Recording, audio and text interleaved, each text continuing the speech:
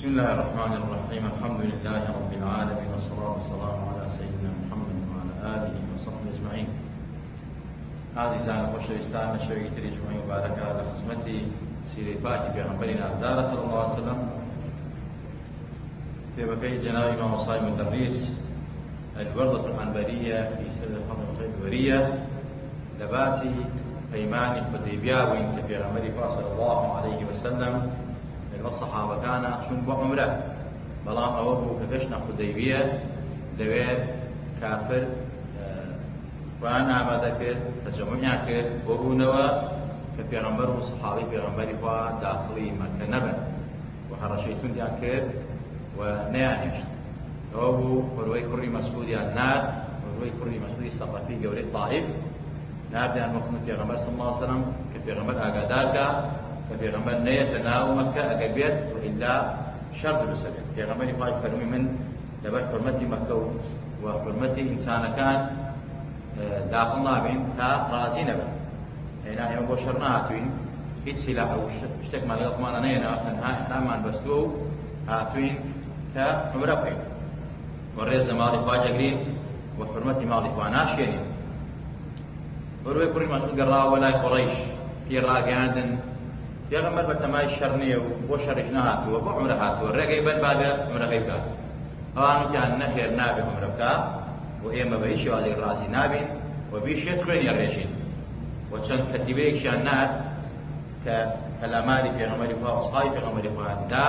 جارێک پەلاماری پێغەمبەر و ئەسحابیان دا لە حودەیبیە، بەڵام ئەوانەی کەوا حرەسی سەربازەکەی پێغەمبەری خوا بوون صلی الله عليه وسلم هەموویانیان گرت، تەقریبا 40-50 نەفەرێک بوون، بەس گەورەکەیان لەبەر ڕای کرد خۆیان مەکە هێنا ئەوانی تر دیر بوون لای پێغەمبەری خوا و ئەسحابی پێغەمبەری خوا صلی الله عليه وسلم. وجارێتر هاتن کۆمەڵەتریان بەتیر ئەسحابەکانی پێغەمبەری خوا لە دوور وەکو چۆن ڕۆژمڕۆ بە قەناس تیر تەقەکەی لە کۆمەڵە خەڵقانی لە دوورەوە تیران هاویشتە سەربازیە پێغەمبەری خوا و ئەسحابی پێغەمبەری خوا صلی الله عليه وسلم. ئەوە ئەسحابی پێغەمبەری خوا شەهید کرد، بەڵام ئەو چەند نەفەرەی گیران بەدی لای پێغەمبەری خوا صلی الله عليه وسلم.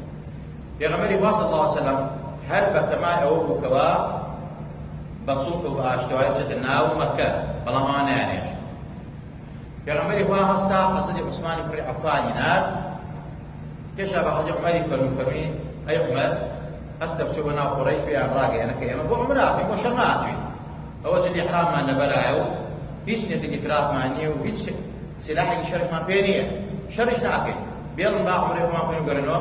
حەزرەتی عومەر فەرمووی یا ڕەسوڵ الله، من قەوم و کەسەکەم بەڕاستی بۆ شێوازێک نییە لەوێ و زۆری دشی من بڕۆم بۆوێ شەڕ دروستە بێت، با من نەڕۆم. پێغەمبەری خوا فەرمووی دەی عوسمانە نێرین. حەزرەتی عوسمانی نارد کە زاوای پێغەمبەری خوا بوو صلی الله عليه وسلم، دوو کچی نازاری پێغەمبەری خوا خێزانی بوو. بەڵام یەک بە دوایە کاتەکان خواتی فەرمووی ئەنجا بانێتی پێدا بۆیە پێدە زوینی وڵەی خاوەنی دوو نور، یعنی خاوەنی دوو نور لە پێغەمبەری خوا صلی الله عليه وسلم کە دوو کچی نازاری پێغەمبەری خوا خێزانی بوو. حەزرەتی عوسمان و دە نەفەر ڕۆشتن جلی ئیحرامیان لەبەرا بوو کە چوونە ناو مەکە لەگەڵ قوڕەیش و دابنەدەی قوڕەشا کۆ بوونەوە پێیان ڕاگەیاندن کاکە ئێمە هاتووین لەگەڵ پێغەمبەری خوا بۆ تەواف و بۆ عومرە هاتووین. وتیان خۆت تەواف بکە، بەڵام ئێمە نایاڵین محەممەد تەواف بکات و نایاڵین بێتە ناو مەکەیشەوە. حەزرەتی عوسمانی فەرمووی ئەگەر پێغەمبەر تەواف نەکات عومرە نەکات منیش نایکەم، لەیکرد سەری ئەو مەوقیفە فەرمووی تا پێغەمبەری خوا نەیەت بیکە منیش نایکەم، هەروە ئەگەر قسە پێغەمبەری خوا صلی الله عليه وسلم. سێ ڕۆژ حەزرەتی عوسمانی گیردا نەیانهێشت بگەڕێتەوە. ئیتر خەبەری حەزرەتی عوسمان هاتەوە پێغەمبەری خوا صلی الله عليه وسلم کە عەلە ئەساس حەزرەتی عوسمانیان شەهید کردووە و هاوڵاتیانیان شەهید کردووە.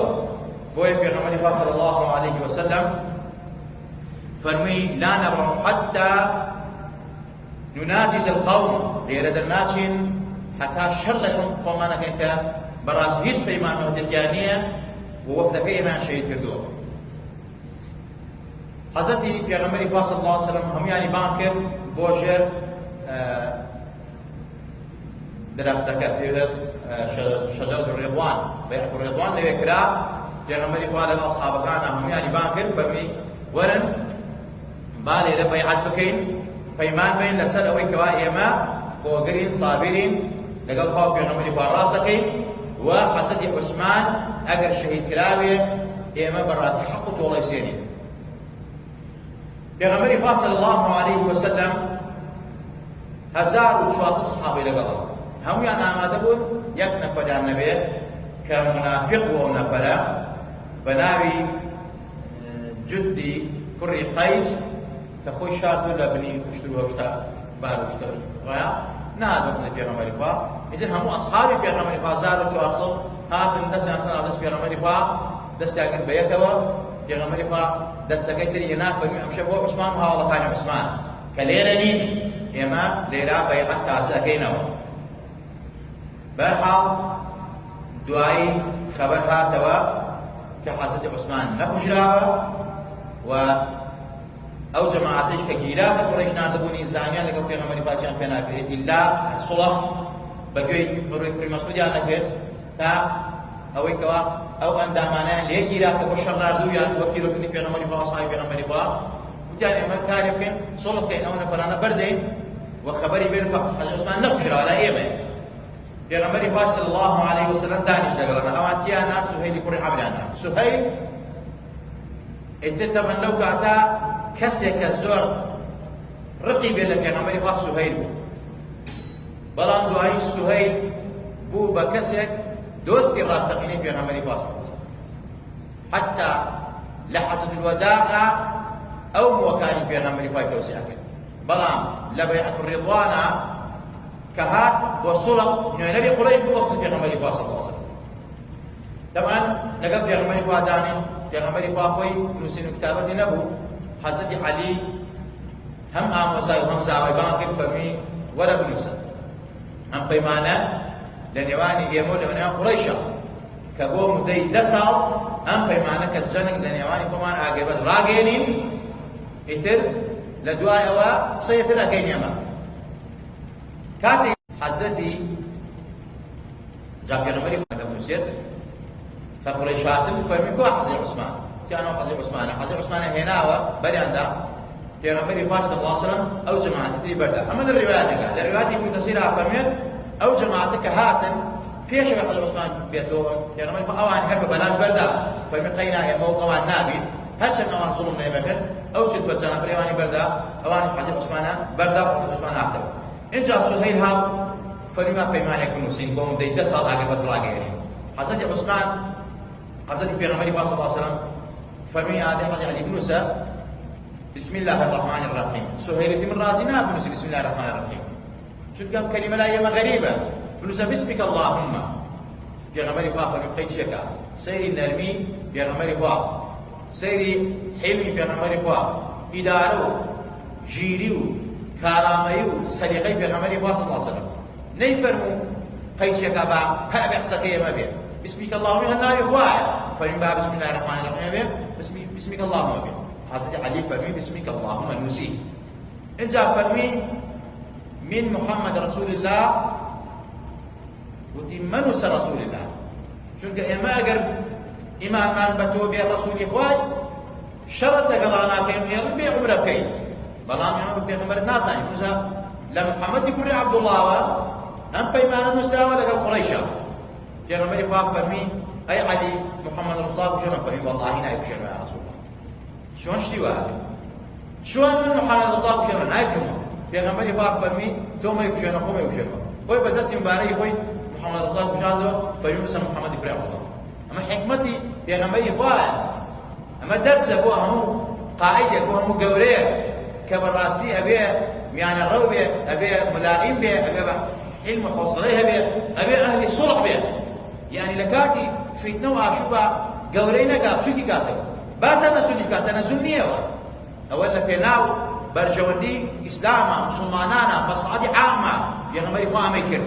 کەواتە تۆیەک کە کاتێک دەسەڵات دێ قوەیەکت دێ هێزێک دێ کە سوڵح ئەڵێ بەرامبەرەکەت بە هەندێک شت پێ دەکەوە بە تەنەزولی مەزانە، ئەوە مەسڵحەتە و بەرژەوەندی گشتیە. پێغەمبەری خوا صلی الله علیه وسلم ئەوانەی هەمووی کرد. ئینجا پەیمانەکانیشی بۆ مودەی 10 ساڵی ڕێک کە لە نێوانیانە شەڕ و ئاگربەست نەبێت لە هەردوو لا. و هەر کافرێک يعني لقريش اگر مسلمان بيو ببي إذن سرپرشتيار و گەورەکەی باوکو دایکی مثلا بێت بێتە ناو مسلمانان ئەبێ پێغەمبەری خوا بیگەڕێنێتەوە بۆ ناو کەسوکارەکەی. پێغەمبەری خوا ڕازی بوو. و ئەگەر مسلمانێک هەڵگەڕاوە لە ئیسلام و لە پێغەمبەر هاتۆ ناو قوڕەیش ئەوان نابێ بیگەڕێنەوە. مەرجەکان مەرجێکی زۆر قورسە. پێغەمبەری خوا نەیفەرمووە من ڕازی نابم. چۆن ئەگەر کەسێک مسلمان بێتە لای من بیگەڕێن بە لای ئێوە؟ حەزرەتی عومەر هەتا زۆر ناڕەحەت بوو. یا ڕەسوڵڵاه چۆن بەم مەرجە ڕازیە؟ تۆ پێغەمبەری خوانی؟ بەڵێ پێغەمبەری خوا. ئێمە لەسەر حەقین؟ بەڵێ لەسەر حەقین. بکوژین شەهیدین؟ بەڵێ. ئەوان بۆ جەهەنەم نێوە باش؟ فەرمی بەڵێ پێغەمبەری خوا. فەرمی دێ قوربانی تر بۆ هەموو تەفاهمیان لەگەڵاکەی. پێغەمبەری خوا فەرمی فەرمانی خوایە من ناتوانم بێ فەرمانی خوا بکەم. ئەمە فەرمانی خوایە ئینی ڕەسوول اللهی وەلەست ئەعصیه وهو ناصری. خوا سەرخەری منە و ئامادەنیم بێ فەرمانی خوا بکەم. من پێغەمبەری خوام. من پێغەمبەری خوام بێ فەرمانی خوا ناکەم و خوا سەرخەری منە. ئەمانەی هەمووی کرد. اینجا پێغەمبەری خوا فەرمی هەر کەسێک پێی خۆشە لەگەڵ قوڕەیشا لە پەیمانەکە وان وسراوە. خاڵی سێم هەر کەسێک پێی خۆشە لەگەڵ قوڕەیش هاوپەیمان بێ بە هاوپەیمان بێ. هەر کەسێک پێی خۆشە لەگەڵ پێغەمبەر هاوپەیمان بە هاوپەیمان بێ. هۆزی خوزاعە کاتی خۆشی لە پێش ئیسلامە هاوپەیمان بوون لەگەڵ بەنو هاشما لەگەڵ باپیری پێغەمبەری خوا صلی الله علیه وسلم. کاتێکی کە پێغەمبەری خوا بۆ پێغەمبەر و لەگەڵ پێغەمبەری خوا بوون بە هاوپەیمان. هۆزی بەنو بەکر لەگەڵ قوڕەیشە هاوپەیمان بوون. پێغەمبەری خوا صلی الله علیه وسلم لەم ساڵا نابێ عومرە بکات. یەکێک لە مەرجەکانەوە بۆ خاڵەکان ئەم ساڵە بێ پێغەمبەر عومرە نەکات بگەڕێتەوە و ساڵی ئایندە بێتەوە بۆ عومرە. پێغەمبەری خوا فەرمی ڕازین و هاتیشن بۆ عومرە نابێ هیچ شتێکیان دوێ ئیلا شمشێر نەبێ ئەوی بۆ پاراستنی ڕێگەبانی خۆیان نەک بۆ شەڕ و ئەمانە. پێکات لەسەر ئەم خاڵانە پێغەمبەری خوا صلی الله علیه وسلم فەرمانیشی دا بە محەممەدی کوڕی مەسلەمە وێنەیەک بنووسێتەوە بۆ خۆیان بۆ سوهەیلی کوڕی عەمریش.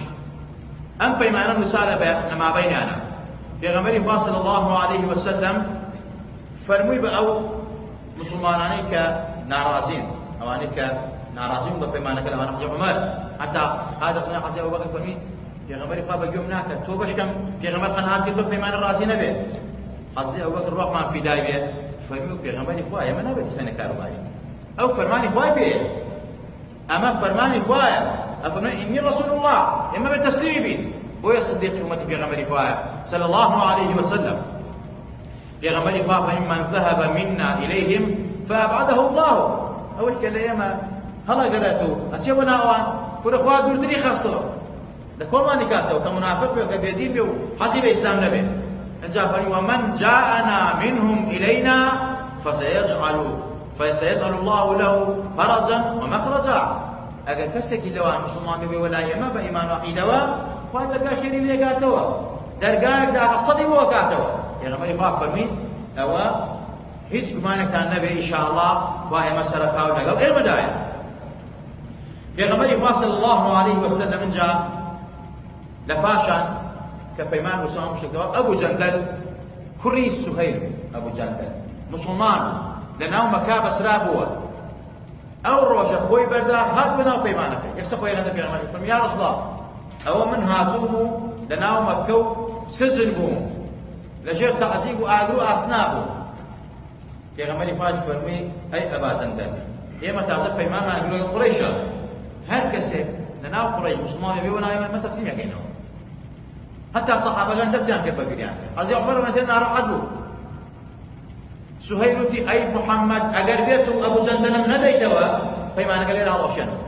پێغەمبەری خوا فەرمی من خاوەنی پەیمانی خۆمانی ئەبوو جەندەل بڕۆرەوە چۆرۆ مەککە سەبر و ئارام بەگرێت تا کات و ساتی خۆی ئینشاءالله بۆ دەرگای خێرە لێکاتەوە. تەسلیمی کردەوە. پێغەمبەری خوا فەرمی ئەی ناکرێوی بەخشن بە من وتیان نەخێر نایبەخشین بە تۆ. بەڵام دوانیتر لە کافرەکان وتیان ئێمە هەروەنەمان پێکرێ کە لەبەر خاتری ئێوە ئازاری نەدەین بەس ئازارەکەی لە بۆ بێنەوە. ئەی نایتر سوزن و بەندیەکەی و بۆ جاران سوز و بەندیە. ئەو پێغەمبەری خوا صلی الله علیه وسلم ئەم پەیمانەی بەم شێوازە بەست و ئەم ئەهد و پەیمانە کە پەیمانی حودەیبیە بەیعەتی ڕضوان خوا ڕازی بوو لەمە. لقد صدق الله رسوله الرؤيا. طبعا لو كانت پەیمانەکە بەسەر سوورەتی فەتح بە پێغەمبەری خوا لكاتي قرانه حتى ام سلمة فرمي في غمري صلى الله عليه وسلم فرماني كوا صحابه كان هدي كان قربان كان سر برنو حلق سرو سلام كل كانوا سلام تاش برون صحابه كسنيك هم خنبارو نار حدو ام سلمة دايكي ما داران فرمي يا رسول الله خذ برو في شابي كما ان شاء الله توكل هذا درب فرمي بسم الله الله اكبر حيوان كان يسر بري خوي انجا ميسر مبارك تاشي صحابه كان ندوات في غمري حيوان كان سر بريو انجا لباشا حلق سريان كردو قرانوا جاك قرانوا صحابه كان تمام هل بنا راضي يا غمري خوا سوره فتح بنار دخواروا كخواي تبارك وتعالى ام پیمانه بفتح زور جوره ازانه في غمري اصحابي في غمري كافرن انا فتحنا لك فتحا مبينا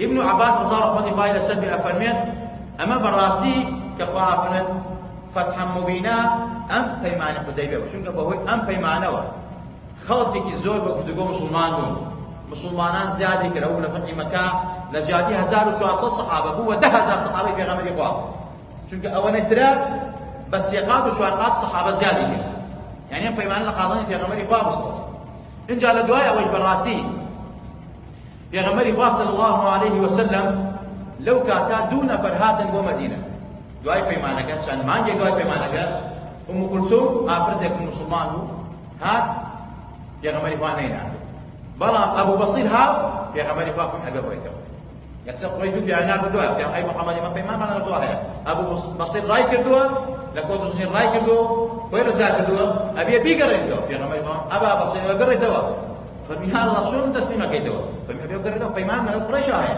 يما خاوني أهل بيمان إخواني مسلمان خاوني أهل بيمان قران ديوا أو دون فلك لنا قران ديوا أبو بصير وبشر لقرانا فرصتي لي أنا ليك يعني كوش ليك يعني رايك حتاكو مسجودي بيغمري أو يبدوا بيغمري صلى الله عليه وسلم فرمي أبا بصير شيء كردوا كابراي قريشك أو بصير بدوا في قربان رفيق كم يكوش أبي منش بشير نجاة درسي بيغمري فرمي صلى الله عليه وسلم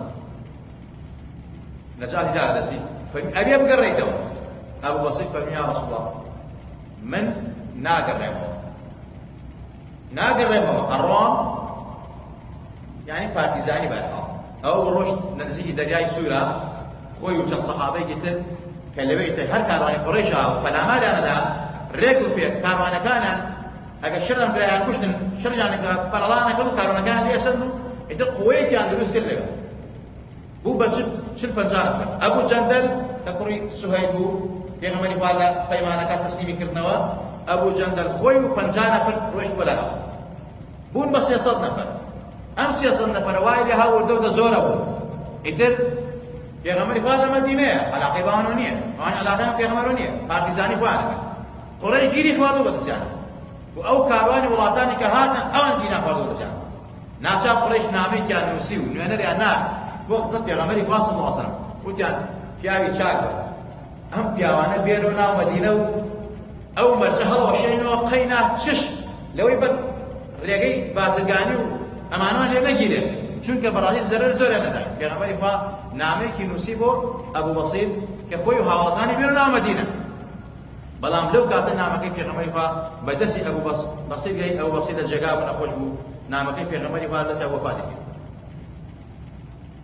بحال جاني بو شوازن بردسد أبو جندل يفرمي لو كاتاك مسألة كوفاتك هل ما ناشما هل لسر قوركي لو شونا مزقوتك ما ندروس كده مسجوتك ما ندروس كده يسعوا مسجوتا معه تنزيل دلائل سورة أولا ذكر المقصود في غمر صلى الله عليه وسلم وخوا وصل أم بيعة بيمانا ببيعة رضوانك لقد صدق الله الرسول الرؤيا بالحق لتدخلن المسجد الحرام إن شاء الله آمنين محلقين رؤوسكم ومقصرين لا تخافون فعلم ما لم تعلموا فجعل من دون ذلك فتحا قريبا كما نما أتى بيكم أنفاي تبارك وتعالى خونا كيف يغمري هذه ندتي كوافا فتح النسيك بآساني بآشتي أروات الناو مكة أما طبعا وحي رؤياي في غمري بشاني داو فأفرمت لقد صدق الله رسوله الرؤيا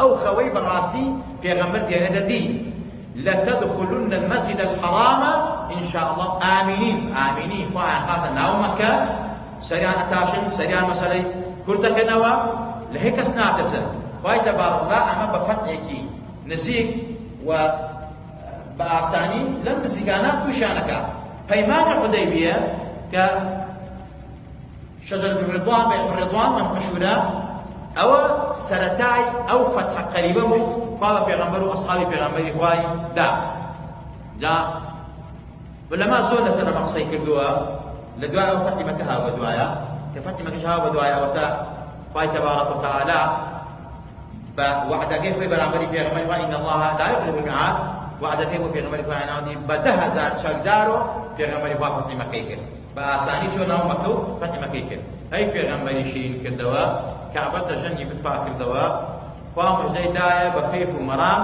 لتدخلن المسجد الحرام إنا فتحنا كسورة فتحة سراقا هواي سربرزيمتها أو هو شوي بلنديت نوان كما كد قرتو قريش تشكان لما كد أبوي بيباو وبيكس بو مكة وكعبة ويبا فرياد رس مكة لدستي بدكار سندوا بوا عين يكون حصان دوام الشعري ما وصاي خاضة ودرجات عالية قالهم لا يكمن خوش قالهم لا يكمن رازية يا رب قال الخاتم في غمر اليمان خوش واليمان رازية قال الخاتم في غمر النازارة صلى الله عليه وسلم لخمان وباقو لا يكمن خوش قال الخاتم في غمر النازارة يا رب إخوان مجسما مجيء صلوات أهل القرآن بين يا رب إخوان أو في غمر النازارة صلى الله عليه وسلم لدفتري تابت إخوان خمان وباقو لا يكمن توماركا كأهل صلاوات أهل محبة باغمان بك ودرمانك فأهم سبكيت معي خير وخشيمان معي نوراني درو درون مان إصلاحي حاضر فمان وخانوات مالونا الله نشمان مان يا ربي خوايان بإيمان مان جنوب مان بلن زندو مان كروا يا ربي خوايان لسوء خاتمة لا مان وقسني خاتمان في بخشة شفاي نخوشكان مان با عاقبتي بيركان مان بخير بيرو دادي كنجكان مان با ولات مان كل خير وخوشيكا ولات مان لإفساد وفساد كان باكروا يا ربي خوايا ويدوس معنا دوسني بيدشمن معنا يا ربي خوايا جان اگر الشاوي داني داني يا شاوي داني خوايا جان عالي اصحاب لها يا ربي خوايا جل وجل بكم وانك امين امين اقول قولي هذا واستغفر الله لي ولكم ولسائر المسلمين والسلام عليكم ورحمه الله وبركاته.